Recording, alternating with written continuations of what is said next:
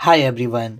आज हम complete polity जो कवर कर रहे हैं उसका लेक्चर नंबर 12 है। टोटल मैंने आपको बोला था जब हम पॉलिटी स्टार्ट की थी कि 13 लेक्चर में हम अपनी पॉलिटी कवर करेंगे। तो कहने का मतलब है कि अगर आप पिछले 11 लेक्चर देख चुके हो तो आप अपनी 90% पॉलिटी कवर कर चुके हो। 10% जो आपकी पॉलिटी बची है, ये हम जो लेक्चर है हमारा 12वां और आपका 13वां, इन दो लेक्चर्स में ये बची हुई 10% भी पॉलिटी कवर कर लेंगे। और अब आप लोगों को ये भी समझ में आ गया होगा, जाके आप एसएससी जीडी के या किसी भी एग्ज़ाम की आप तैयारी कर रहे हो, उन एग्ज़ाम के क्वेश्चंस लगा के देख लेना पॉलिटी के, और फिर बताना कि उन क्वेश्चंस को आप लगा पा रहे हो या नहीं लगा पा रहे हो। मैं आपको ये चीज़ एक बार फिर इंश्योरिटी के साथ बता रहा हूँ कि आप ये जो 13 लेक्चर देखोगे ना, इनके बाद आप कुछ मत करना, क्योंकि कभी कभी क्या होता है हम पॉलिटी पढ़ लेते हैं, फिर भी हमें डाउट रहता है यार ये इनफ है या नहीं। अगर आप एसएससी जीडी 2025 एग्जाम की तैयारी कर रहे हो ना, आप मुझ पर विश्वास करके ये 13 लेक्चर देख लो, इसके बाद कुछ मत करो, जो इनका रिवीजन करते रहो, इनको पढ़ते रहो। आपके जो सवाल बनेंगे वो इन्हीं से बनेंगे। ऐसा ना हो ज़्यादा पढ़ने के चक्कर में जो मैंने आपको इन लेक्चर्स में पढ़ाया है आप ये भी भूल जाओ। आप कुछ मत पढ़ो पॉलिटी के अंदर, आपका हर एक सवाल एसएससी जीडी के अंदर इन्हीं 13 लेक्चर से आने वाला है। हम अपनी पॉलिटी कवर कर चुके हैं, 2 लेक्चर और बचे हैं, ये हमारा सेकंड लास्ट लेक्चर है। तो आपका फीडबैक शेयर करना तो बनता है।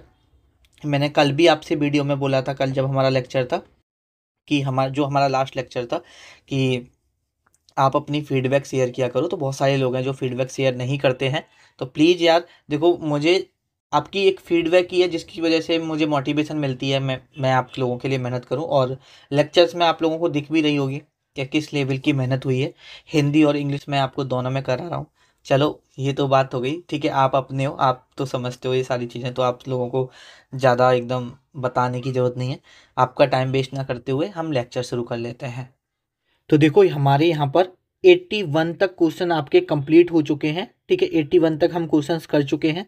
हमारा नेक्स्ट क्वेश्चन है, ठीक है, यहाँ पर हमारा नेक्स्ट क्वेश्चन है, right to property is a under the constitution of India. संपत्ति का अधिकार भारत के संविधान का एक है। आपका जो राइट टू प्रॉपर्टी है वो क्या है, यहाँ पर कॉन्स्टिट्यूशनल राइट है, आपका डायरेक्टिव प्रिंसिपल है, फंडामेंटल राइट है, या नॉन कॉन्स्टिट्यूशनल राइट है, मतलब आपका गैर संवैधानिक अधिकार है, या मौलिक अधिकार है, या नीति निर्देशक सिद्धांत है, या संवैधानिक अधिकार है। तो देखो मैं आप लोगों को इसे पढ़ा चुका हूँ।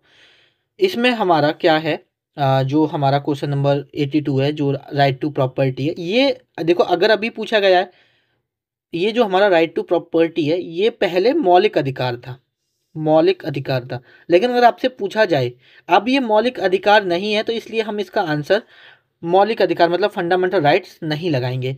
मैंने आपको बताया था, इसे राइट टू प्रॉपर्टी को मौलिक अधिकार से हटा के क्या बना दिया, लीगल राइट बना दिया। लीगल राइट को हम कॉन्स्टिट्यूशनल राइट भी बोलते हैं। क्या बना दिया, कॉन्स्टिट्यूशनल राइट बना दिया। कॉन्स्टिट्यूशनल राइट आपका यहाँ पर बना दिया गया, जिसको हिंदी में बोला जाता है आपका संवैधानिक अधिकार यहाँ पर बना दिया गया। तो जो आपका राइट टू प्रॉपर्टी है वो क्या है, आपका कॉन्स्टिट्यूशन राइट है। अब ये कौन से आर्टिकल में आता है, तो ये मैं आपको पढ़ा चुका हूँ, ये 300 का ए जो आपका आर्टिकल है उसमें आता है। पहले इसका फंडामेंटल राइट्स में किस किस में जिक्र था, एक तो 19 का पार्ट एफ में जिक्र था, और एक इसका आर्टिकल 31 में जिक्र था। जब हमने आर्टिकल 31 को डिलीट किया तो कुछ ऐड भी किए हमने, 31A, 31B और 31C, जिनके बारे में हमारे पेपर पॉइंट ऑफ व्यू से पढ़ना इंपॉर्टेंट नहीं है, तो वो मैंने आपको यहाँ पर नहीं पढ़ाए हैं। तो ये चीज़ें आपको इतनी पता होंगी राइट टू प्रॉपर्टी के बारे में।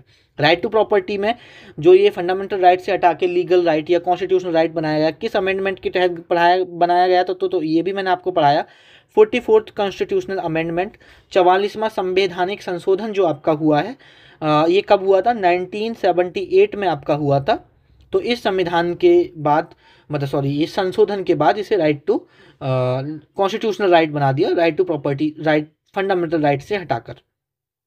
ठीक है, अब देखो हमारे कुछ इंपॉर्टेंट टॉपिक भी अभी कवर करना रह गए हैं। तो नेक्स्ट क्वेश्चन अब हम जब करेंगे, पहले हम थोड़ा सा क्या कर लेते हैं, आपका नेक्स्ट क्वेश्चन कर लेते हैं, वो सॉरी नेक्स्ट टॉपिक कोई डिस्कस कर लेते हैं। जैसे मैंने आपको बताया कि अभी हमें काफ़ी टॉपिक कवर करने हैं, तो मेरा ये है कि पहले हम टॉपिक कर लेते हैं, फिर जितने भी क्वेश्चंस होंगे उन्हें मिनी सेकंड्स में उड़ा पाएँ, है ना, अच्छे से उन्हें बस आए और मैं बोलूँ कि देखो हम ये भी पढ़ चुके हैं, ये भी पढ़ चुके हैं, ये भी पढ़ चुके हैं, और कुछ 2-4 टॉपिक रह गए हैं, तो हर एक एक 2-2 क्वेश्चन करते हैं, फिर एक एक 2 टॉपिक वो खत्म कर लेते हैं जल्दी से। पहले से हम पहले अपनी पॉलिटी के जो भी इंपॉर्टेंट टॉपिक रह गए वो खत्म कर लेते हैं। तो मैं आपको यहाँ पर पढ़ाऊंगा अब फीचर्स ऑफ द कॉन्स्टिट्यूशन। क्या पढ़ेंगे हम? Features of the constitution. ठीक है, जब मैं आपको पॉलिटी में बहुत सारी चीज़ें करा रहा था तो कई बार मैंने बोला था कि ये टॉपिक मुझे कराना है आपको। ये है संविधान, यहाँ पर है आपका संविधान की विशेषताएं।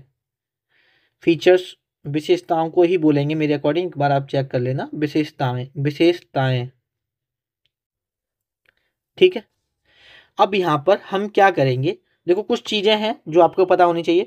हमारा जो भारत का संविधान है ना, वो लेंथीएस्ट रिटन कॉन्स्टिट्यूशन है, लेंथीएस्ट रिटन कॉन्स्टिट्यूशन है। मतलब लिखित में सबसे जो बड़ा संविधान है ना वो हमारे देश का ही है, सबसे लंबा, सबसे लंबा लिखित संविधान। सबसे लंबा लिखित संविधान किस देश का है?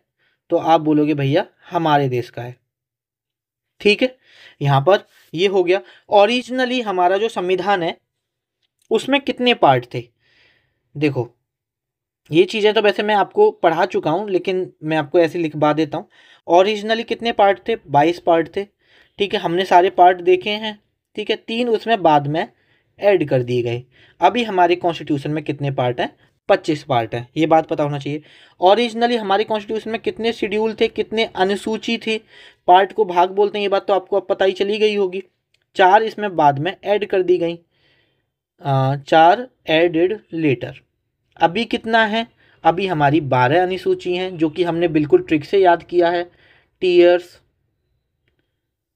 ऑफ ओल्ड पीएम, ठीक है, हमने किया है ना इनको ट्रिक से याद। ठीक है, जैसे टी से यूनियन टेरिटरीज, ई से क्या आता है बताओ? एम्यूलमेंट एंड सैलरी। ए से क्या आता है? Oath and affirmation. आर से राज्यसभा। ओ से आपका क्या आता है? ऑफिशियल लैंग्वेज, अदर स्टेट्स के बारे में जो दिया हुआ है यहाँ पर फेडरलिज्म, डिस्ट्रीब्यूशन ऑफ पावर। यहाँ पर हमारा ऑफिशियल लैंग्वेजेस, यहाँ हमारा लैंड रिफॉर्म्स से रिलेटेड जो सर्टेन रेगुलेशन और एक्ट थे। डी से हमारा एंटी डिफेक्शन लॉ, पी से हमारा पंचायत, एम से हमारा म्यूनिसिपैलिटी। तो ऐसे आपको भी याद हो जाएंगे। ठीक है, हमारा ये हो गया। टोटल आर्टिकल कितने हैं? देखो हमारे शुरुआत में 1 से लेके 395 आर्टिकल है, अभी भी उतने ही हैं, बस कुछ ऐड किए गए, जैसे कि हमारा 19 का ए सब क्लॉज बना दिए गए। तो अगर आपसे आर्टिकल पूछेगा तो 95 ही आर्टिकल है, 95 ही आपके 395 ही अनुच्छेद है। ठीक है, एक और चीज़, हमारा जो फीचर है, हमारा जो संविधान है वो क्या है? जो हमारे भारत के लोग हैं ना, पीपल ऑफ इंडिया है, वो ही अल्टीमेट सोबेरियन है। इसका मतलब क्या है वो मैं आपको बताता हूँ। People of India are the ultimate sovereign. अब इसका क्या मतलब है वो मैं यहाँ पर आपको बता देता हूँ। People of India are the ultimate sovereign का मतलब मेरे भाई यहाँ पर ये है कि जो भारत के लोग हैं वही परम संप्रभु हैं। हिंदी वाले के लिए है, लेकिन जैसे जो हमारा भारत का कॉन्स्टिट्यूशन है वो इस तरह से है कि जो हमारे देश को लीड करेगा, जो मैन पावर होगी वो हमारे भारत के लोगों के पास होगी। क्यों? क्योंकि हमारे भारत के लोगों को अधिकार है कि वो अपना एक नेता चुन सकें, अपना प्रधानमंत्री चुन सकें, अपना मेंबर ऑफ पार्लियामेंट चुन सकें। ठीक है, जो उनके लिए कानून बनाएगा। तो इनडायरेक्टली जो पावर हुई किसके हाथ में हुई? जनता के हाथ में हुई। तो यहाँ पर हिंदी वाले लिखोगे भारत के लोग परम संप्रभु हैं।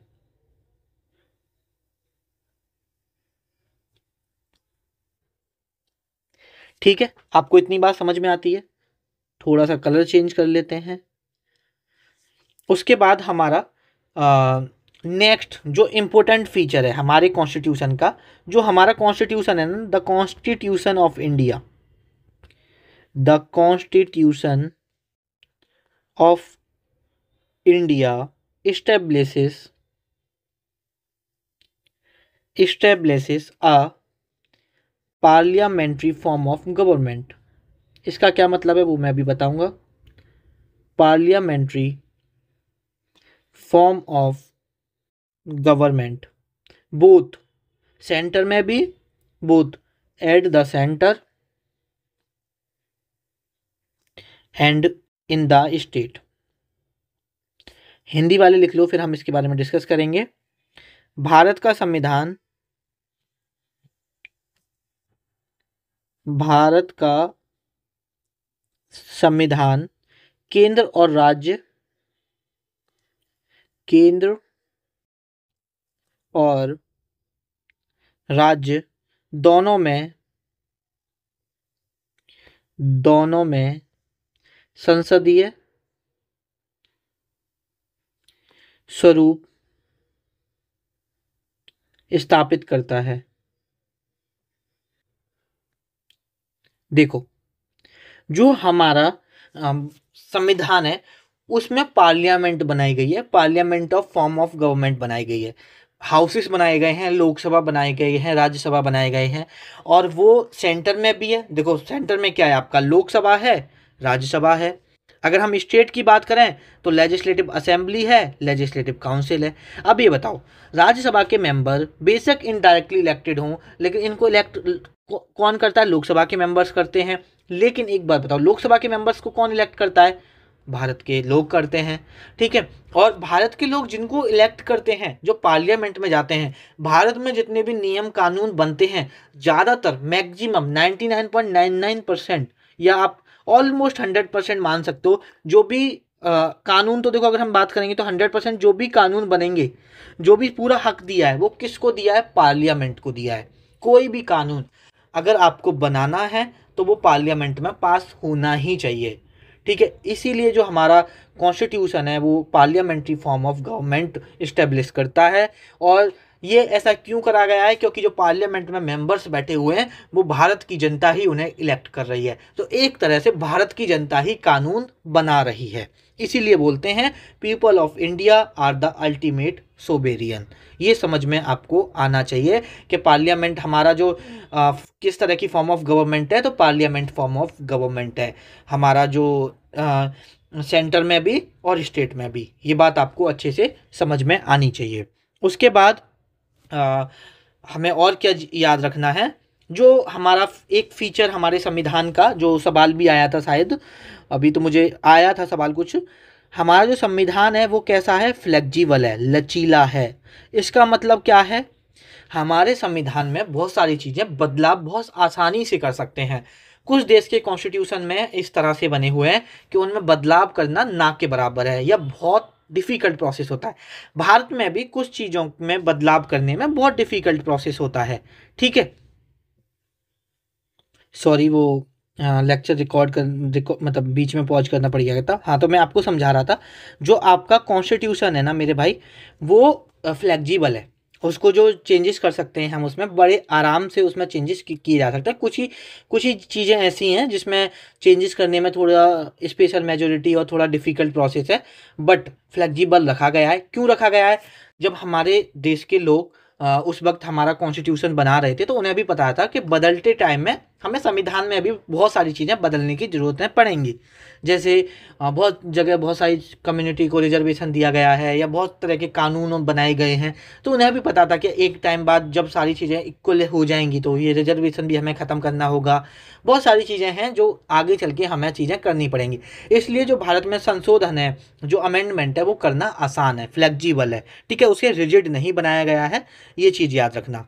और देखो, जैसे अगर हम फीचर्स की बात करें तो हमारा जो फंडामेंटल राइट्स भी इसमें इंक्लूड किए गए हैं, एक तरह से ये भी हमको अधिकार दिए हैं, तो ये भी हमारा एक तरह से विशेषताएं हैं। फंडामेंटल ड्यूटीज भी हैं, तो एक तरह से ये भी हमारी डीपीएसपी भी हैं, तो ये भी फीचर्स में ही आते हैं इंडियन कॉन्स्टिट्यूशंस के, ठीक है। और उससे भी इम्पोर्टेंट एक फीचर है आपका इंडियन कॉन्स्टिट्यूशन में, वो है यहाँ पर सिंगल यूनिफाइड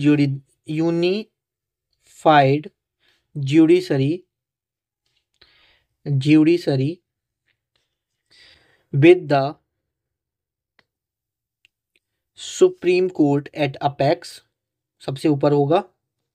हाई कोर्ट आपका मिडिल में होगा, high court at the middle and subordinate court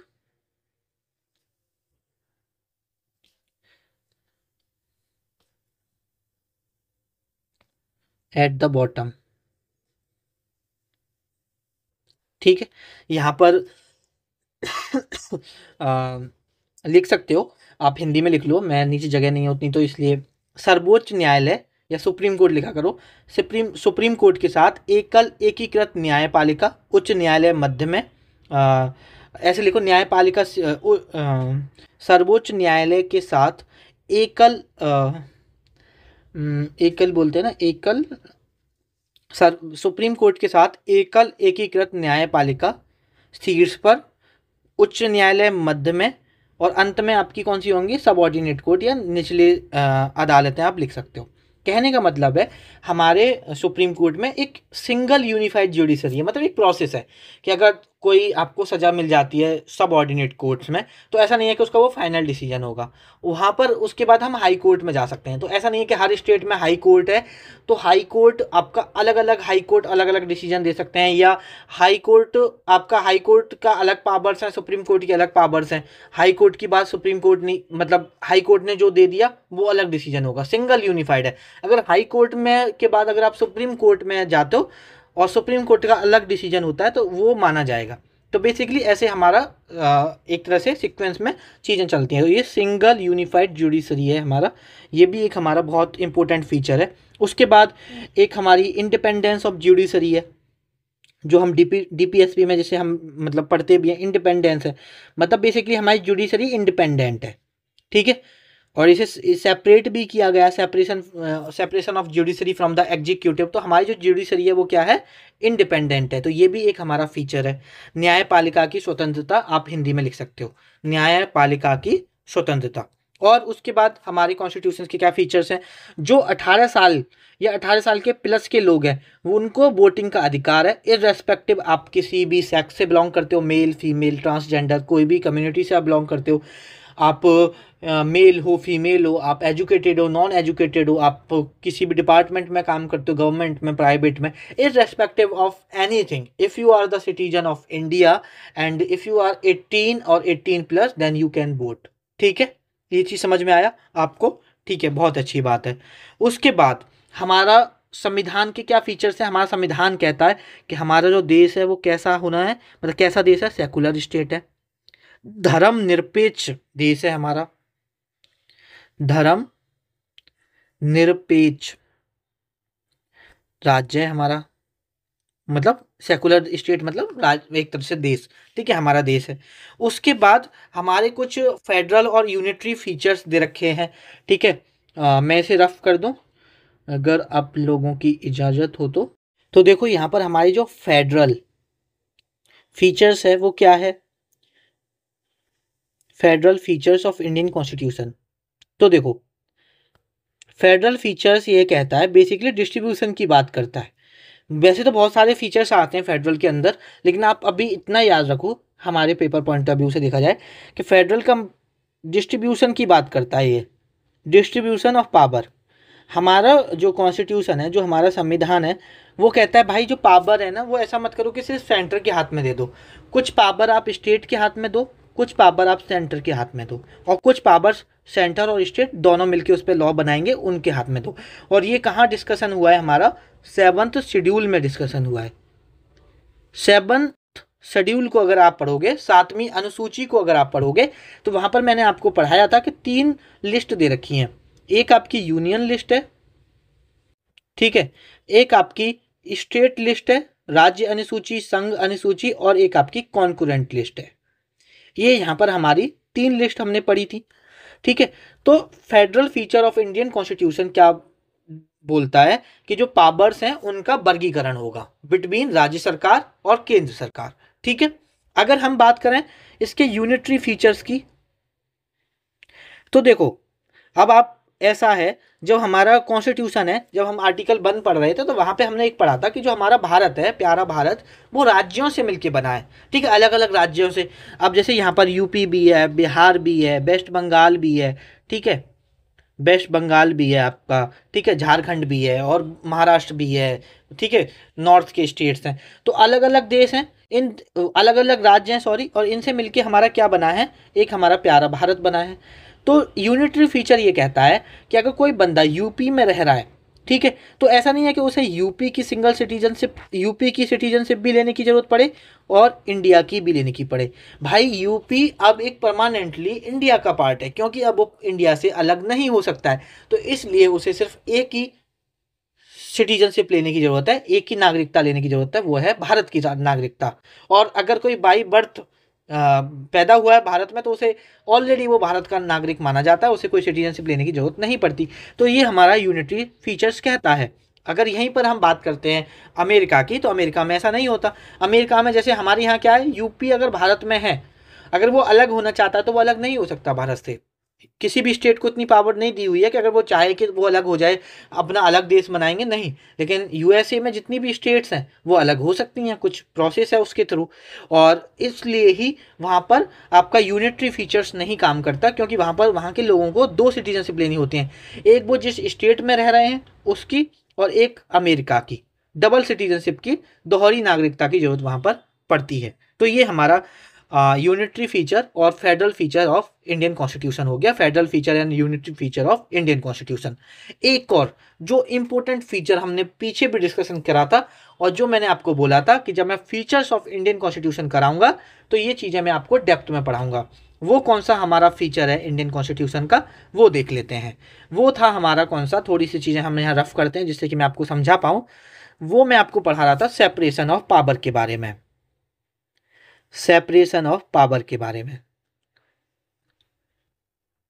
देखो, जो आपका सेपरेशन ऑफ पावर है ना, शक्ति का जो पृथक्करण है, वो आपका तीन पार्ट में होता है। एक आपका किस में होता है, लेजिस्लेचर में, ठीक है, एक होता है आपका एग्जीक्यूटिव में, एक होता है आपका जुडिशरी में। इनको अगर आपने अच्छे से समझ लिया तो समझ जाओगे। लेजिस्लेचर को बोलते हैं विधायिका, ठीक है, और एग्जीक्यूटिव को बोलते हैं कार्यपालिका।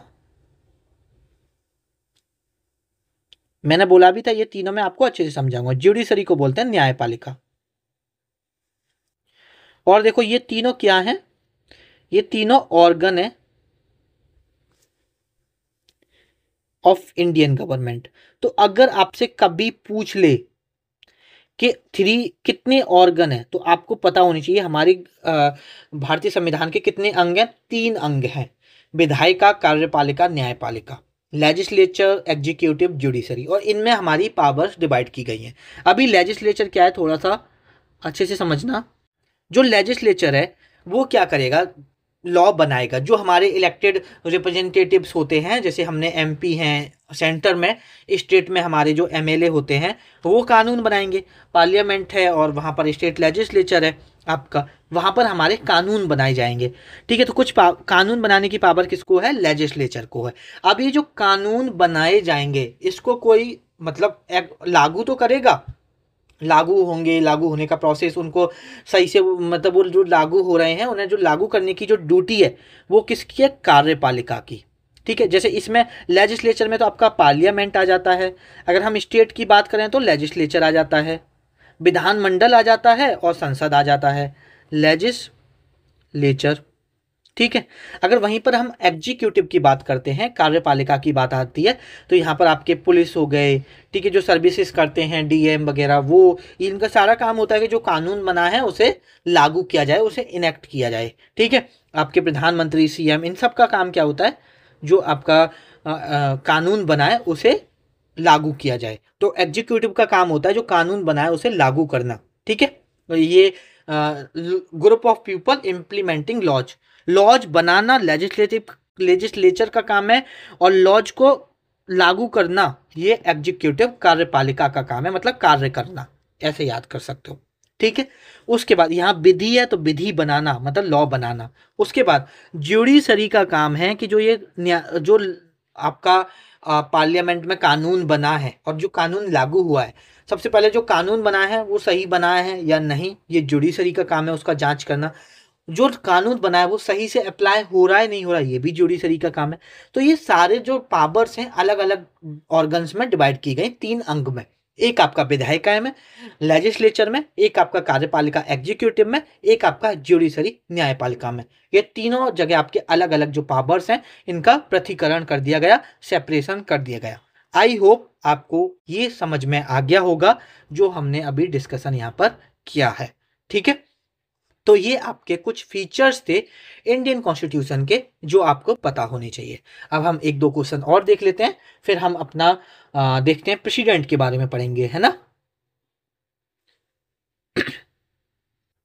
नेक्स्ट क्वेश्चन है हमारा यहाँ पर, who wrote the original handwritten version of Indian constitution. Indian constitution है वो किसने लिखा है? तो जो आपका इंडियन कॉन्स्टिट्यूशन है, जब हम पढ़ रहे थे, जब मैं आपको मेकिंग ऑफ कॉन्स्टिट्यूशन पढ़ा रहा था, वहां पर बताया था प्रेम बिहारी नारायण रायजादा ने ये लिखा है। किसने लिखा है? प्रेम बिहारी नारायण रायजादा ने। नेक्स्ट क्वेश्चन अगर हम बात करते हैं यहाँ पर, नेक्स्ट क्वेश्चन है हमारा, according to the Indian constitution the right to protection of life and personal liberty. तो ये आर्टिकल 21 आता है, आप सबने पढ़ चुके हैं। तो ये हमारा कौन सा है? फंडामेंटल राइट्स है। ठीक है, तो ये हम ऑलरेडी पढ़ चुके हैं, तो ज़्यादा टाइम वेस्ट इधर नहीं करेंगे। उसके बाद the election of the constituent assembly of India was held in. जो आपके कॉन्स्टिट्यूंट असेंबली के इलेक्शन है वो कब हुए थे? तो ये हम ऑलरेडी डिस्कस कर चुके हैं, जुलाई 1946 में ये आपके इलेक्शन हुए थे। ये बात भी आपको पता होनी चाहिए। अब ऐसा करते हैं, हम अपना जो हम प्रेसिडेंट और प्रेसिडेंट के पावर्स के बारे में पढ़ लेते हैं। थोड़ा बड़ा टॉपिक है, अच्छे से समझना, पेपर में बहुत ज़्यादा सवाल बनते हैं। ठीक है, आर्टिकल तो हम सारे प्रेसिडेंट के देख चुके हैं, पहले ऑलरेडी आर्टिकल हम कवर कर चुके हैं। यहाँ पर हम पढ़ने वाले हैं राष्ट्रपति प्रेसिडेंट के बारे में और उसकी कुछ पावर्स के बारे में। प्रेसिडेंट और प्रेसिडेंट की पावर्स, राष्ट्रपति एवं उसकी शक्तियाँ। ठीक है, ये यहाँ पर हेडिंग डाल लो। सबसे पहले हम प्रेसिडेंट के बारे में देखेंगे, फिर उसके पावर्स के बारे में देखेंगे। जो भी चीज़ें पेपर पॉइंट ऑफ व्यू से इंपॉर्टेंट है, आपके पेपर में पूछी जाती हैं। देखो, यहाँ पर जो आपका प्रेसिडेंट होता है, जो आपका यहाँ पर प्रेसिडेंट होता है, सबसे पहले जो राष्ट्रपति होता है उसको फर्स्ट सिटीजन ऑफ इंडिया बोला जाता है, भारत का पहला नागरिक। बहुत आसान सवाल है और बहुत बार पेपर में बनता है कि भारत का प्रथम नागरिक कौन होता है? भारत का प्रथम नागरिक, भारत का प्रथम नागरिक। तो भारत का प्रथम नागरिक कौन है? यहाँ पर भारत का प्रथम नागरिक है राष्ट्रपति। ये बात आपको पता होनी चाहिए। राष्ट्रपति की अगर हम क्वालिफिकेशन की बात करें तो राष्ट्रपति की क्वालिफिकेशन, एक तो उसकी एज 35 साल और उससे प्लस होनी चाहिए, ये बात पता होना चाहिए। और वो किसी भी हाउस का मेंबर नहीं होना चाहिए, लेकिन वो उस हाउस का मेंबर होने के लिए एलिजिबल होना चाहिए। ये इंपॉर्टेंट चीज़ है। Qualified for election as a member of the house of people. और हाउस ऑफ पीपल को क्या बोलते हैं? राज्यसभा। देखो, प्रेसिडेंट राज्यसभा का मेंबर होना जरूरी नहीं है, लेकिन राज्यसभा के मेंबर की जो क्वालिफिकेशन है, जो राज्यसभा के मेंबर के इलेक्शन के लिए जो क्वालिफिकेशन है, उसके लिए क्वालिफाइड होना चाहिए। ठीक है, प्रेसिडेंट के लिए ये चीज़ पता होनी चाहिए। और जो प्रेसिडेंट होता है वो ना तो आपका पार्लियामेंट के जो दोनों हाउस होते हैं उनका मेंबर नहीं होता, ना तो वो पार्लियामेंट का किसी भी हाउस का मेंबर होता है, और ना ही वो जो स्टेट की लेजिस्लेचर होती है, जो विधानमंडल होता है, ना ही उसका मेंबर होता है। हिंदी मीडियम वाले लिख लो, जो आपका प्रेसिडेंट होगा, ना तो वो संसद के किसी भी सदन का मेंबर होता है, सदस्य होता है, ना ही वो विधानमंडल किसी भी राज्य के विधानमंडल का सदस्य होता है। एक बार मैं क्लियरली बता देता हूँ, थोड़ा सा मतलब आपको कन्फ्यूजन हो गया होगा। जो राष्ट्रपति है, राष्ट्रपति ना तो जो संसद का जो हाउस होता है, देखो मैं लिखता हूँ यहाँ पर, मैं आपको दोबारा बताता हूँ। राष्ट्रपति संसद के किसी भी सदन का सदस्य नहीं होता है, ना ही किसी भी राज्य के विधानमंडल का सदस्य होता है। बट ये क्वालिफाइड होना चाहिए किसके इलेक्शन के लिए? जो क्वालिफिकेशन होती है इलेक्शन करने के लिए राज्यसभा के मेंबर के लिए, वो उसके लिए ये क्वालिफाइड होना चाहिए। बस इतना सा दे रखा है इसके बारे में। उसके बाद ये किसी के लाभ के पद पे नहीं होना चाहिए, जैसे कि मैंने आपको बताया, ये लाइन तो कहीं भी चिपकानी है आपको। Not hold any office of profit, any office of profit under the government of India, under government of India. Bharat के अंदर किसी भी लाभ के पद पर नहीं होना चाहिए भारत सरकार के अंदर, ये बात आपको पता होनी चाहिए। और उसके बाद जो मैं अभी कराने जा रहा हूं, पेपर में अक्सर सवाल पूछा जाता है और बच्चे कंफ्यूज हो जाते हैं। जो प्रेसिडेंट के इलेक्शन होते हैं उसमें कौन कौन लोग पार्टिसिपेट करते हैं। देखो एक बात तो आपको पता है, इनडायरेक्टली होता है, प्रेसिडेंट को हम इलेक्ट नहीं करते। प्रेसिडेंट को कौन इलेक्ट करता है, तो ये चीज ध्यान रखो, प्रेसिडेंट को कौन इलेक्ट करता है। एक तो जो इलेक्टेड मेंबर होते हैं, जो आपके इलेक्टेड मेंबर होते हैं, elected member of both house of parliament, of both house of parliament, यहां पर ब्रैकेट में लिख लो लोकसभा और राज्यसभा। जो लोकसभा और राज्यसभा के इलेक्टेड मेंबर होते हैं, एक तो वो इनको वोट करते हैं, प्रेसिडेंट को अपने को चुनते हैं। और कौन वोट करता है, जो आपका लेजिस्लेटिव असेंबली होती है ना, जो लेजिस्लेटिव असेंबली के इलेक्टेड मेंबर होते हैं, इलेक्टेड मेंबर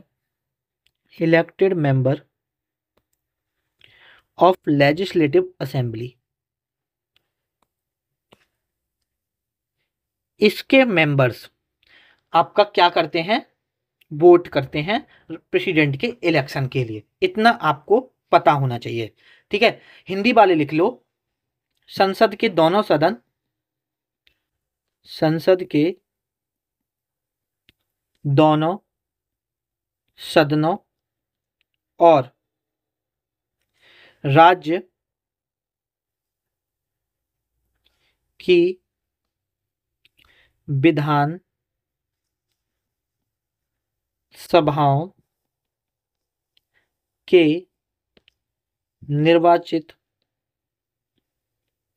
निर्वाचित सदस्य शामिल होते हैं,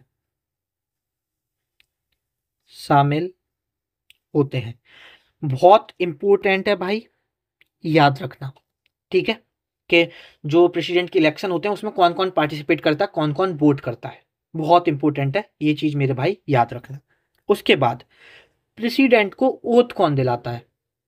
प्रेसिडेंट को मेरे भाई, जो आपका राष्ट्रपति है, जो आपका प्रेसिडेंट है, उसे ओथ कौन दिलाता है, ये बता दो मुझे। तो भैया इसे जो ओथ दिलाता है वो चीफ जस्टिस ऑफ इंडिया दिलाता है। कौन दिलाता है, जो सर्वोच्च न्यायालय का मुख्य न्यायाधीश होता है वो आपको दिलाता है, वो राष्ट्रपति को, आपको नहीं, राष्ट्रपति को ओथ दिलाता है। ये बात आपको पता होनी चाहिए। और एक और बात, प्रेसिडेंट का टाइम पीरियड क्या होता है, टर्म क्या होता है, कार्यकाल का जो अवधि होती है वो क्या होती है, तो वो आपकी होती है 5 साल। कितनी होती है, 5 ईयर्स होती है। ये बात भी आपको पता होनी चाहिए। अच्छा, कभी प्रेसिडेंट चाहता है कि भाई मुझे तो रिजाइन करना है, मुझे तो रिजाइन देना है, मुझे तो इस्तीफा देना है, ये जो रिजाइन है ये किसे दे सकता है, तो मेरे भाई ये जो रिजाइन है ये वाइस प्रेसिडेंट को दे सकता है, उपराष्ट्रपति को ये रिजाइन दे सकता है, ठीक है। ये चीजें आपको समझ में आई। अच्छा, मुझे ये बताओ, अब हमने इतनी चीजें देखी, हमारे देश के फर्स्ट प्रेसिडेंट कौन थे, हमारे देश के फर्स्ट प्रेसिडेंट बोले तो राष्ट्रपति कौन थे। तो भैया बोलोगे ये बच्चों वाले सवाल मत पूछो हमसे, लेकिन मेरे भाई बच्चे वाले सवाल नहीं पूछा, इनका टाइम पीरियड बता दो। अब थोड़ा सा कंफ्यूज हो जाओगे ना।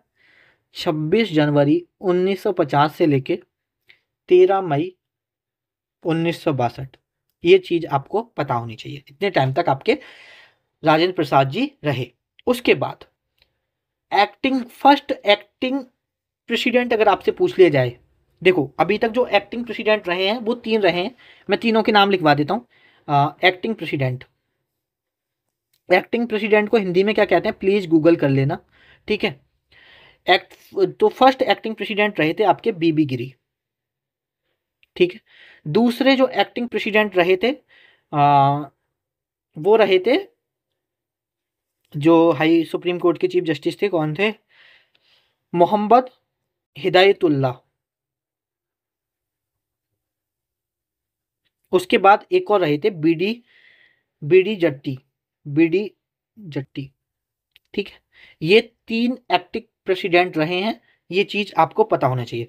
और जैसे हमने अभी प्राइम मिनिस्टर के बारे में पढ़ा था कि प्राइम मिनिस्टर मतलब कौन, जैसे ऐसे पूछ लिया जाता है कि prime minister died in office, अब उसका मतलब ये नहीं कि वो ऑफिस में मरे, उस वक्त मतलब प्राइम मिनिस्टर थे और उनकी डेथ हो गई। ऐसे ही वो कौन थे, फर्स्ट प्रेसिडेंट कौन थे, जो ऑफिस में मतलब president who died in office, मतलब वो राष्ट्रपति थे और उसी टाइम में उनकी डेथ हुई थी।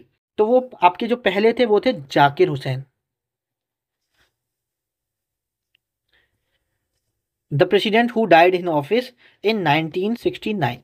और दूसरे थे आपके फखरुद्दीन अली अहमद,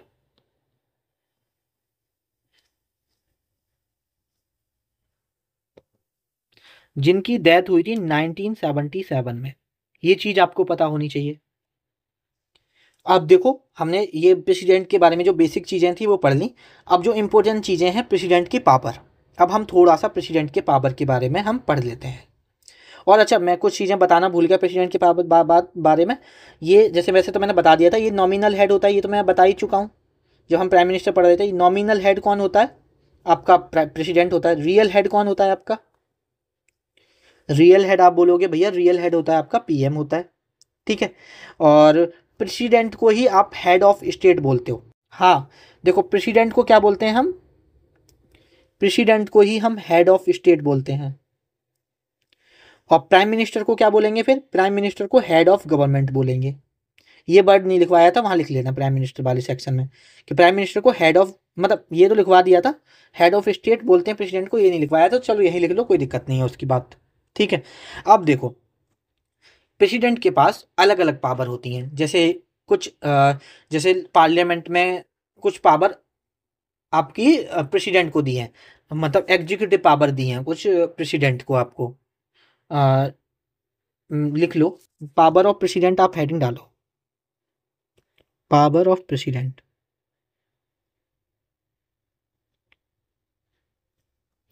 ठीक है। आपके जैसे पहली पावर आती है एग्जीक्यूटिव पावर। एग्जीक्यूटिव पावर का मतलब क्या है यहाँ पर, ये समझो आप थोड़ी सी मेरी बात। एग्जीक्यूटिव पावर का क्या मतलब है यहाँ पर, एग्जीक्यूटिव पावर जैसे पहले तो हिंदी में लिख लो, कार्यपालन शक्ति।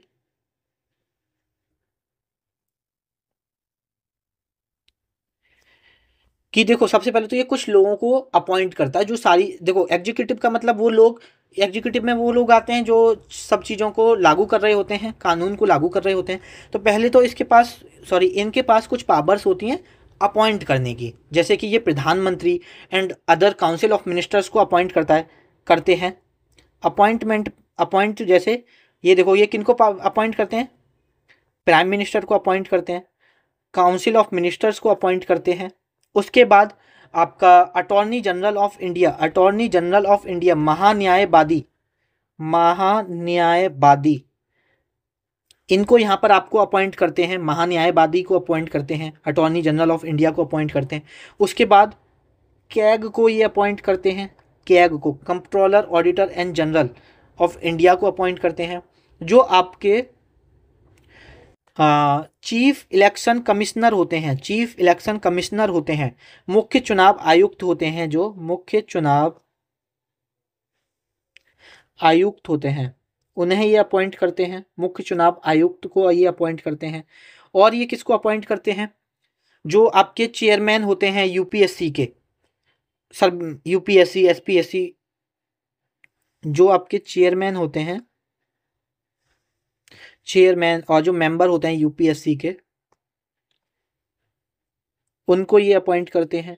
और क्या करते हैं, ये जो हर स्टेट्स के गवर्नर होते हैं उनको अपॉइंट करते हैं।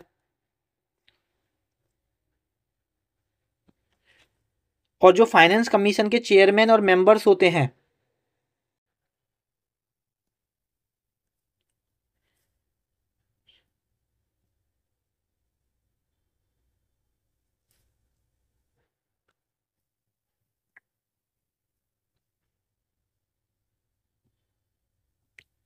उनको ये अपॉइंट करते हैं, और बहुत सारे लोगों को ये अपॉइंट करते हैं। जैसे आपके जो शेड्यूल कास्ट हैं, शेड्यूल ट्राइब्स हैं, बैकवर्ड क्लासेस हैं, उनके लिए जो नेशनल कमीशन बना हुआ है उनको भी ये अपॉइंट करते हैं, क्योंकि वो भी तो एग्जीक्यूशन का ही काम कर रहे हैं। तो ये सारी पावर्स आती हैं प्रेसिडेंट के पास, एग्जीक्यूटिव पावर बोलते हैं इनको अपॉइंट करने। एक और चीज़ देखो, मैं आपको एक चीज़ बता देता हूँ, कभी आपको अपॉइंटमेंट से रिलेटेड क्वेश्चन आए, अगर वो अपॉइंटमेंट स्टेट से रिलेटेड है तो 99% केस में उसका आंसर कौन अपॉइंट करेगा? गवर्नर करेगा 99%। अगर वो अपॉइंटमेंट यूनियन गवर्नमेंट, यूनियन से रिलेटेड है तो 99% केस में उसे कौन अपॉइंट करेगा? प्रेसिडेंट। इस केस में तो 100% मानो, 100% आंसर मार देना आंख बंद करके, प्रेसिडेंट। अगर देखो आपसे पेपर में सवाल बनता है कि इसको कौन अपॉइंट करता है, अगर वहां पर गवर्नर और प्रेसिडेंट दे रखे हैं तो आप थोड़े से कंफ्यूज हो सकते हो। वरना अगर आपके पास उसका आंसर नहीं पता और आपको गैस वर्क लेना है, आप प्रेसिडेंट मान के चले आना, 99.99% आपका आंसर सही होगा। मैक्सिमम लोगों को जो अपॉइंट कर रहे होते हैं वो गवर्नर और प्रेसिडेंट ही कर रहे होते हैं। स्टेट्स के अंदर प्रेसिडेंट गवर्नर कर रहे होते हैं, यूनियन के अंदर प्रेसिडेंट कर रहे होते हैं, ठीक है।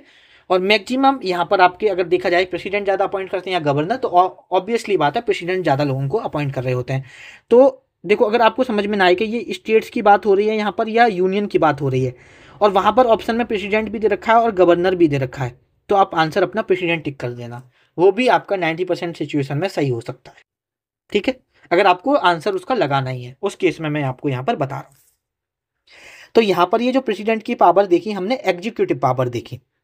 अब हम अपनी कौन सी पावर देखते हैं, मैं इसे रफ कर देता हूँ। लेजिस्लेटिव पावर भी होती हैं, आप हेडिंग डालो, लेजिस्लेटिव पावर ऑफ गवर्नर, वो सॉरी, राष्ट्रपति की विधायी शक्ति, ठीक है, हिंदी मीडियम वाले लिख लो, राष्ट्रपति की विधायी शक्ति। तो ये पार्लियामेंट और संसद वगैरह से रिलेटेड होगी। तो सबसे पहले तो क्या है आपका, ये समन कर सकते हैं, प्रोरोग कर सकते हैं,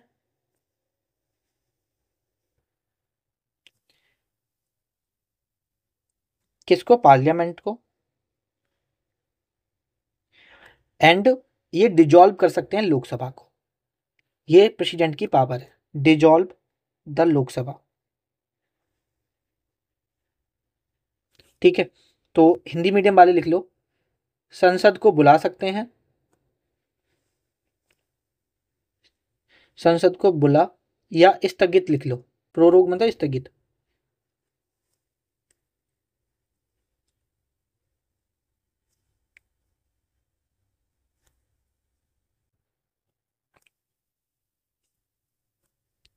स्थगित कर सकते हैं, और डिजॉल्व, और लोकसभा को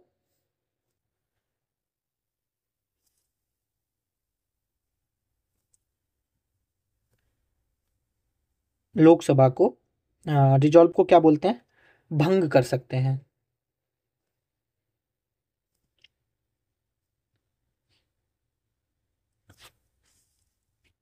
ठीक है। हमारा जो नेक्स्ट क्वेश्चन है, दूसरा वो सॉरी नेक्स्ट जो हमारा लेजिस्लेटिव पावर, देखो जैसे लेजिस्लेटिव, जैसे जॉइंट सिटिंग होती है ना, जॉइंट सिटिंग कब होती है आपकी? जॉइंट सिटिंग होती है आपकी जैसे कि कोई बिल लोकसभा में पास हुआ, फिर वो राज्यसभा में हुआ, ठीक है। और सॉरी, लोकसभा में पास हुआ, राज्यसभा में, राज्यसभा ने उस पर कुछ एक्शन ही नहीं लिया, 6 मंथ तक उसके पास ही रहा। ये राज्यसभा ने कंसिडर अमेंडमेंट के लिए भेजा था, बट लोकसभा ने उसमें नहीं किया, वापस से राज्यसभा भेज दिया, और राज्यसभा ने उस पर कोई एक्शन ही नहीं लिया 6 महीने तक। तो प्रेसिडेंट उसको नोटिफिकेशन भेजता है और फिर प्रेसिडेंट बोलता है कि चलो भाई एक जॉइंट सिटिंग कर लो, दोनों आपस में एक जगह बैठ के बातें कर लो, डिस्कशन कर लो, ठीक है। तो यहाँ पर आपका डिस्कशन होता है, कहाँ पर? आपका जॉइंट सिटिंग में। तो इस जॉइंट सिटिंग को बुलाता कौन है, कौन समन करता है, कौन बुलाता है? तो इस जॉइंट सिटिंग को प्रेसिडेंट बुलाता है, ठीक है। संयुक्त बैठक को कौन बुलाता है? राष्ट्रपति बुलाता है। संयुक्त बैठक को प्रिसाइड कौन करता है? बेसिकली इसका अध्यक्ष कौन होता है? तो स्पीकर होता है। संयुक्त बैठक किस आर्टिकल में जिक्र है? 108 में जिक्र है। देखो ऐसे याद करो, संयुक्त का मतलब बैठक, संयुक्त जॉइंट सिटिंग, सिटिंग का मतलब होता है बैठक।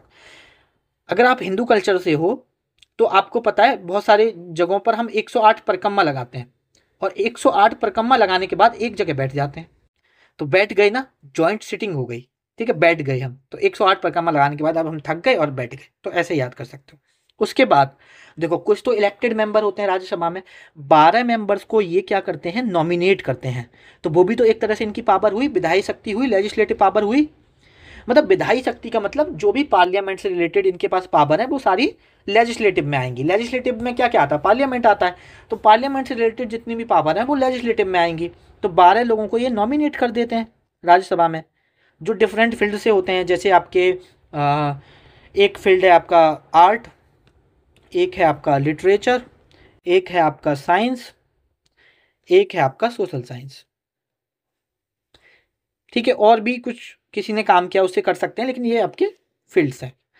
ये इन फील्ड से 12 मेंबर्स को प्रेसिडेंट नॉमिनेट करते हैं राज्यसभा में। और एक और इम्पोर्टेंट चीज देखो, लेजिस्लेचर जो होती है, जो आपका पार्लियामेंट है, स्टेट असेंबली है, वो क्या बनाती है, कानून बनाती है। लेकिन हमारे राष्ट्रपति को ये पावर दी गई है कि ड्यू टू सम इमरजेंसी आपकी पार्लियामेंट नहीं चल सकती, उस वक्त आपको, आपके जो राष्ट्रपति हैं उनको ये पावर दी गई है कि वो कानून बना सकते हैं, जो कि हमारे भारत में 6 मंथ तक लागू रहेगा। उसके बाद अगर पार्लियामेंट का सत्र शुरू हो जाता है, सेशन शुरू हो जाता है, और पार्लियामेंट उसे डिस्कशन करके उसे पास कर देती है तो पास हो जाएगा, और अगर उसे रिजेक्ट कर देती है तो रिजेक्ट हो जाएगा। इस पर डिस्कशन करने का जो टाइम होता है वो 6 वीक का होता है पार्लियामेंट के पास, आफ्टर 6 मंथ, ठीक है। ये चीज़ पता है आपको। तो ये भी एक तरह से लेजिस्लेचर पावर हुई। तो 123 के तहत प्रेसिडेंट की पावर है कि वो ऑर्डिनेंस पास कर सकते हैं, ठीक है। क्या कर सकते हैं, आपके ऑर्डिनेंस पास कर सकते हैं, बेसिकली अध्यादेश जारी कर सकते हैं। ये बात आपको यहां पर पता होनी चाहिए, ठीक है। और यहां पर लेजिस्लेटिव पावर्स देखें, चलो अभी आगे हम समझाऊंगा। अभी आप फाइनेंशियल पावर डालो हेडिंग। ये तो हमने 2 पढ़ लिए, एग्जीक्यूटिव पावर, लेजिस्लेटिव पावर। उसके बाद अब हम पढ़ते हैं फाइनेंशियल पावर। फाइनेंशियल पावर, ठीक है। फाइनेंशियल पावर क्या होती है, देखो, जो आपका मनी बिल, मैंने ये सब चीज़ें पढ़ाई हुई हैं आपको। जो आपका मनी बिल इंट्रोड्यूस होगा ना, पहली बात तो वो लोकसभा में ही होता है इंट्रोड्यूस, और ये मनी बिल किसकी परमिशन से आपका प्रायर रिकमेंडेशन जो लेनी पड़ेगी, वो इसको इंट्रोड्यूस करने के लिए लोकसभा में किसकी परमिशन चाहिए, प्रेसिडेंट की परमिशन चाहिए। तो इसे आप अपनी भाषा में लिख सकते हो, ये फाइनेंशियल पावर के अंदर आती है, प्रेसिडेंट के पास ये पावर है। उसके बाद जो आपका बजट आता है, जिसको हम क्या बोलते हैं, वार्षिक वित्तीय विवरण बोलते हैं इंग्लिश में, जिसको हम क्या बोलते हैं, एनुअल फाइनेंशियल स्टेटमेंट बोलते हैं। जो मेरे भाई आपका वार्षिक वित्तीय विवरण होता है, एनुअल फाइनेंशियल स्टेटमेंट जो आपका होता है, वो जो पेश किया जाता है पार्लियामेंट में, वो किसकी परमिशन से होता है, प्रेसिडेंट की परमिशन लेने के बाद ही उसको इंट्रोड्यूस किया जाता है पार्लियामेंट में। तो ये बात भी आपको पता होना चाहिए। कुछ आपकी जुडिशियल पावर है आपके किसके पास, प्रेसिडेंट के पास जुडिशियल पावर। अब ये जुडिशियल पावर्स क्या हैं, प्रेसिडेंट के पास बहुत पावर्स हैं मेरे भाई। जुडिशियल पावर, न्यायिक शक्ति बोलते हैं जैसे,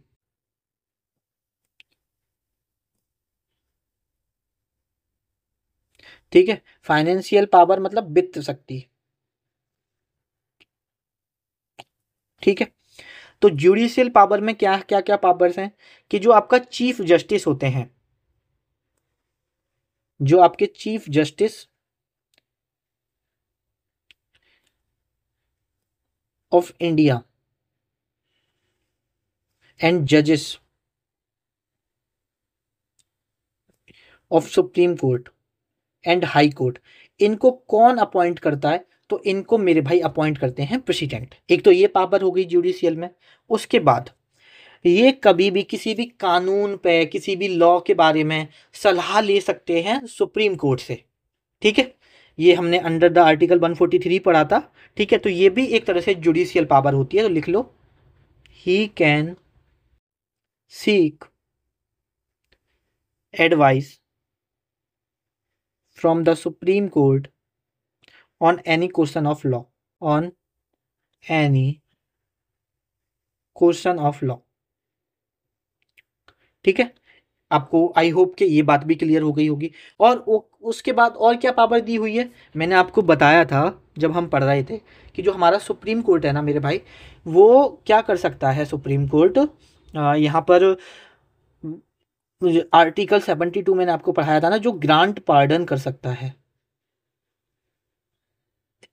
मतलब जो सजा मिली है उसे माफ कर सकता है। ठीक है, रिप्राइव कर सकता है। ठीक है, और बेसिकली जो पनिशमेंट मिला है उन्हें ख़त्म कर सकता है, कम कर सकता है, और फांसी होने से भी रोक सकता है। अगर सुप्रीम कोर्ट ने बोला कि इनको फांसी होगी, और प्रेसिडेंट के पास इतनी पावर होती है कि किसी की भी फांसी रोक सकता है। ठीक है, अब ऐसे नहीं कि कोई किसी ने किसी का रेप किया है या किसी ने 50 लोगों का मर्डर कर दिया और सुप्रीम कोर्ट ने उसे फांसी दे दी और प्रेसिडेंट कह रहा है नहीं भाई फांसी मत दो। ऐसा नहीं होता, वो बहुत रेयर केसेस में होता है जब प्रेसिडेंट अपनी ये पावर यूज करते हैं। ठीक है, और लेकिन सारी चीज़ें मतलब ऐसा नहीं है कि किसी को भी माफ़ कर दिया जाएगा। ठीक है, उसके बाद कुछ आपकी मिलिट्री पावर होती हैं सुप्रीम उसके पास, कुछ आपकी मिलिट्री पावर होती हैं प्रेसिडेंट के पास। सैन्य शक्ति,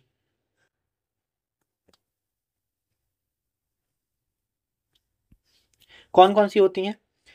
सबसे पहले तो इनको आपसे ये पूछा जाए कि सुप्रीम कमांडर ऑफ डिफेंस कौन है। आपसे अगर पूछा जाए सुप्रीम कमांडर ऑफ डिफेंस, तो आप क्या आंसर दोगे कि भैया जो सुप्रीम कमांडर है ना डिफेंस के, वो कौन है? प्रेसिडेंट है। ठीक है, उसके बाद अगर हम बात करते हैं और कौन सी पावर होती है इनके पास, इमरजेंसी पावर होती है। इमरजेंसी पावर में जैसे देखो तीन तरह की इमरजेंसी होती है। नेशनल इमरजेंसी, एक होती है आपकी नेशनल इमरजेंसी जो कि आर्टिकल 352 में होती है, वो भी कौन लगाते हैं? प्रेसिडेंट लगाते हैं। एक होती है आपकी फाइनेंशियल इमरजेंसी, या फाइनेंशियल से पहले स्टेट इमरजेंसी, जिसे प्रेसिडेंट रूल भी बोलते हैं, ये सब मैं आपको पढ़ा चुका हूँ। स्टेट इमरजेंसी आर्टिकल 356 में, ये भी प्रेसिडेंट लगाते हैं। एक होती है आपकी प्रेसिडेंट फाइनेंशियल इमरजेंसी,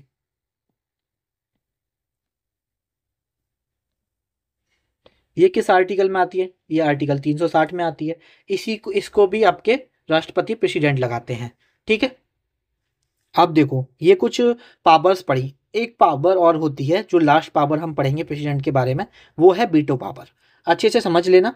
ठीक है, सवाल बहुत कम बनते हैं इन पावर से रिलेटेड, लेकिन अगर बनते हैं तो देखो डिफ्रेंसिएशन होना चाहिए, अगर सवाल बने तो आप कर पाओ।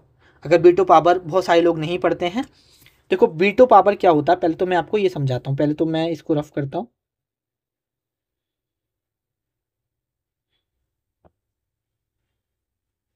देखो सबसे पहले मैं आपको वीटो पावर समझाता हूँ, वीटो पावर का मतलब क्या है।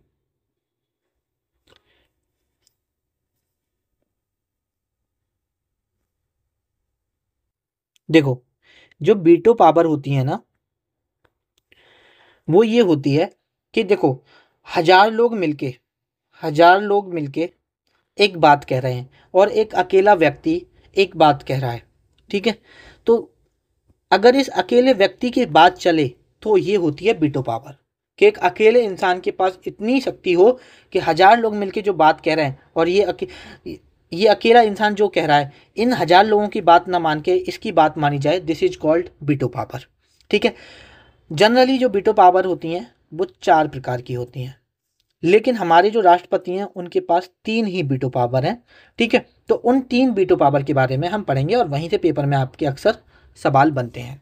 सबसे पहली जो वीटो पावर है वो है सस्पेंशन वीटो पावर।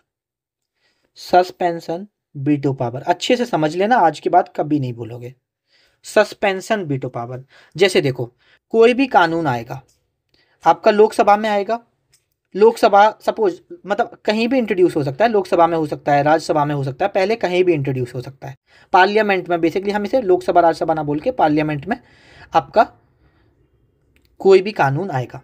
ठीक है, अब ये जो लोकसभा ने भी पास कर दिया, राज्यसभा ने भी पास कर दिया, ये बिल कहाँ जाएगा आपका, ये जो बिल है अभी कानून, अभी ठीक है एक्ट नहीं है बिल है, ये बिल आपका कहाँ जाएगा, राष्ट्रपति के पास जाएगा। अब देखो राष्ट्रपति क्या कर सकता है, राष्ट्रपति के पास क्या क्या पावर है। राष्ट्रपति इसे रिजेक्ट कर सकता है, इसे एक्सेप्ट कर सकता है, और इसे रिकंसीडर के पास, इसे रिकंसीडर करने के लिए वापस भेज सकते हैं, या इसे विद होल्ड कर सकते हैं। ठीक है, अब देखो हमें क्या करना है, ये जो बिल यहां पर पास हुआ, अब ये बिल इस सस्पेंशन वीटो के थ्रू, इस सस्पेंशन वीटो पावर के थ्रू प्रेसिडेंट बोल रहे हैं कि देखो ये जो आपने बिल पास किया है इस पर दोबारा रिकंसीडर करो, कुछ मतलब कुछ अपने सजेशन देंगे कि इसमें ये अमेंडमेंट वगैरह करो, दोबारा रिकंसीडर के लिए इसको वापस से पार्लियामेंट भेज दिया जाता है। वापस से ये कहाँ आ जाएगा, पार्लियामेंट आ जाएगा। अब पार्लियामेंट के ऊपर है, वो इस पर दोबारा से सजेशन करेगी और उन्हें अमेंडमेंट करना है, उसमें संशोधन करना है नहीं करना है, ये पूरा पार्लियामेंट के पास पावर है। अब पार्लियामेंट सपोज इसमें कोई अमेंडमेंट नहीं करती, कोई इसमें संशोधन नहीं करती और वापस से ये काम भेज देती है, प्रेसिडेंट के पास भेज देती है। तो अब प्रेसिडेंट के पास ये जो सस्पेंशन वीटो पावर थी वो बस एक बार रिजेक्ट करके रिकंसीडर करने की पावर थी कि एक बार आप रिकंसीडर के लिए पार्लियामेंट भेज दो, जो सस्पेंशन वीटो पावर है सिर्फ एक बार ही करेंगे। उसके बाद अगर दोबारा प्रेसिडेंट के पास कोई बिल आता है फिर प्रेसिडेंट को इन पर साइन करना ही पड़ेगा, और एक बार जब प्रेसिडेंट साइन कर देते हैं तो वो बन जाता है एक्ट, कानून बन जाता है। और यहाँ पर जो काम होता है एग्जीक्यूटिव का, लेजिस्लेचर का, वो ख़त्म हो जाता है। फिर यहाँ पर जो एग्जीक्यूटिव जो इसको लागू कराएंगे, जो पूरा काम करेंगे, वो यहाँ पर एग्जीक्यूटिव का काम आ जाता है। तो ये है सस्पेंशन वीटो पावर कि एक बार कोई भी बिल अगर पास होके आया है पार्लियामेंट में तो राष्ट्रपति के पास एक सस्पेंशन वीटो पावर है कि भाई तुम सब ये लोग बोल रहे हो तो एक बार इस पर सजेशन कर लो, रिकंसीडर कर लो, इसमें ये चीज़ें चेंजेस कर लो। ठीक है, लेकिन अगर दोबारा सेम बिल या तो बदलाव या बिना बदलाव के साथ या तो पार्लियामेंट उस पर चेंजेस करेगी, या हो सकता है कि पार्लियामेंट को लग रहा है नहीं ये सही है, और रिकंसीडर करने के बाद भी अगर वापस से वो बिल जाता है तो यहाँ पर फिर प्रेसिडेंट दोबारा से सस्पेंशन वीटो पावर यूज नहीं कर सकते हैं। सस्पेंशन वीटो पावर का एक ही बार यूज करके एक ही बार को बिल को रिकंसीडर के लिए भेज सकते हैं। ठीक है, ये आपकी प्रेसिडेंट के पास पावर है। तो ये हो गई सस्पेंशन वीटो पावर कि एक बार बिल को रिकंसीडर करने के लिए भेजना। ठीक है, और एक और चीज जो आपकी ये वीटो पावर होती है ये दो जगह यूज नहीं होती है। किस किस केस में, एक मनी बिल के केस में, मनी बिल के केस में रिकंसीडर के लिए आपका प्रेसिडेंट नहीं भेज सकते हैं। और एक और होता है आपका जो आपके अमेंडमेंट होते हैं, संशोधन होते हैं, constitutional amendment bill, constitutional amendment bill, इनके केस में ये पावर आप प्रेसिडेंट यूज नहीं कर सकते हैं। ठीक है, ये हो गई हमारी सस्पेंशन वीटो पावर। अगर हम बात करें अपनी दूसरी वीटो पावर के बारे में, ठीक है, 3 वीटो पावर होती हैं हमारी।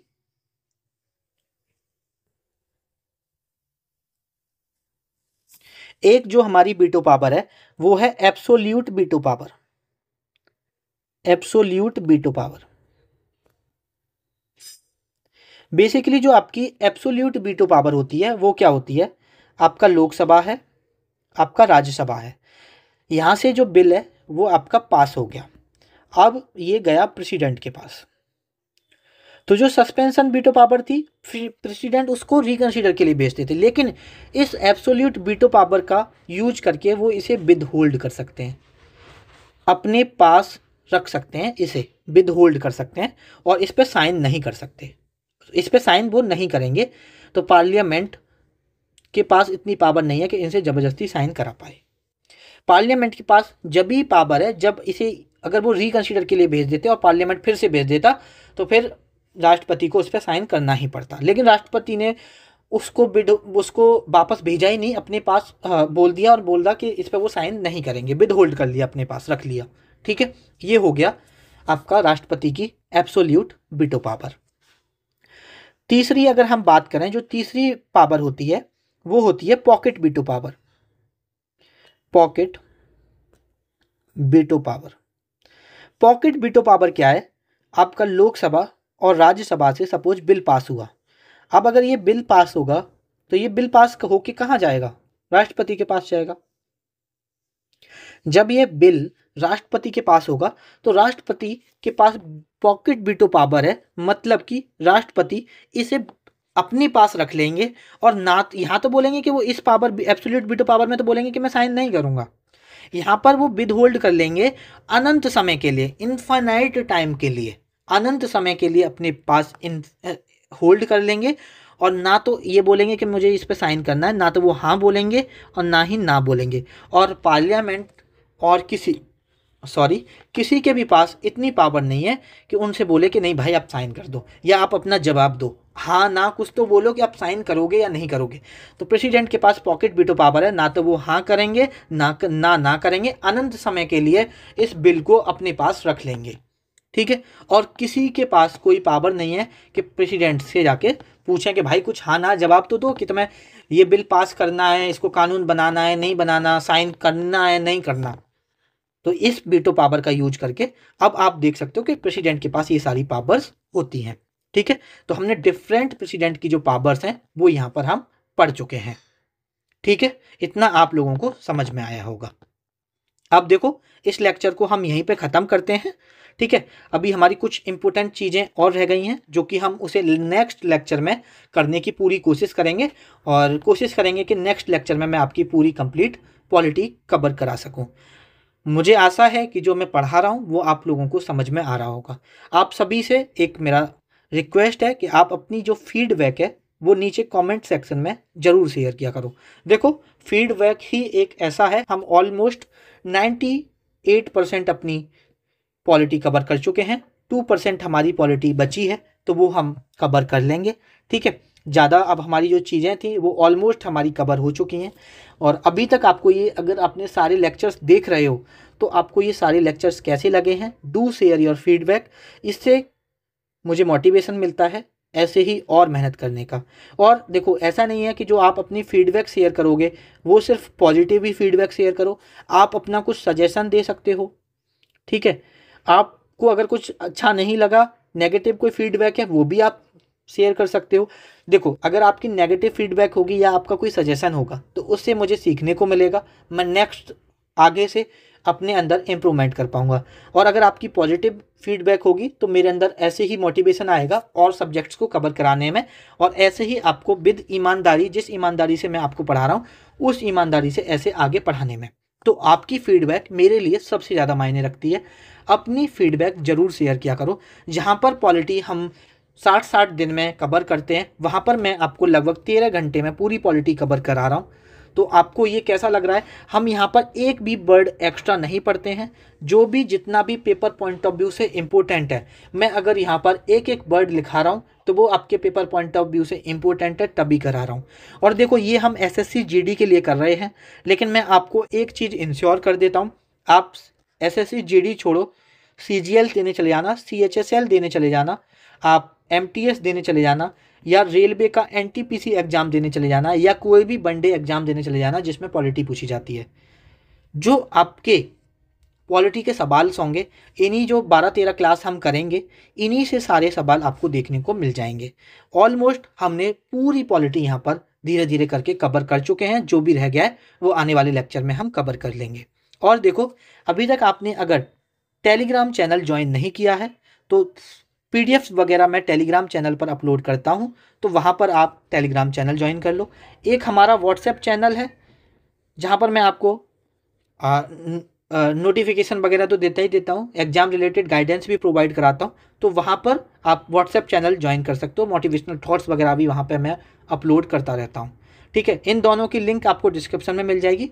बाद बाकी का आप अपना ख्याल रखो, आपका ख्याल आपका ठीक रहना, आपको अपना ख्याल रखना ही सबसे ज़्यादा ज़रूरी होना चाहिए। अगर आप तैयारी कर रहे हो तो आपका अपना ख्याल रखो और अच्छे से पढ़ते रहो, प्रॉपर नींद लिया करो, ज़्यादा टेंशन में आके मत पढ़ा करो। 7 से लेकर 8 घंटे मस्त पढ़ो, मस्त मतलब स्लीप लो, 8-9 घंटे आराम से मस्त सो, और बचे हुए टाइम में आराम से अपनी लाइफ में जो डेली रूटीन्स हैं वो करो और यारों दोस्तों से बात करो। कोई ऐसा टेंशन लेके पढ़ने की ज़रूरत नहीं है।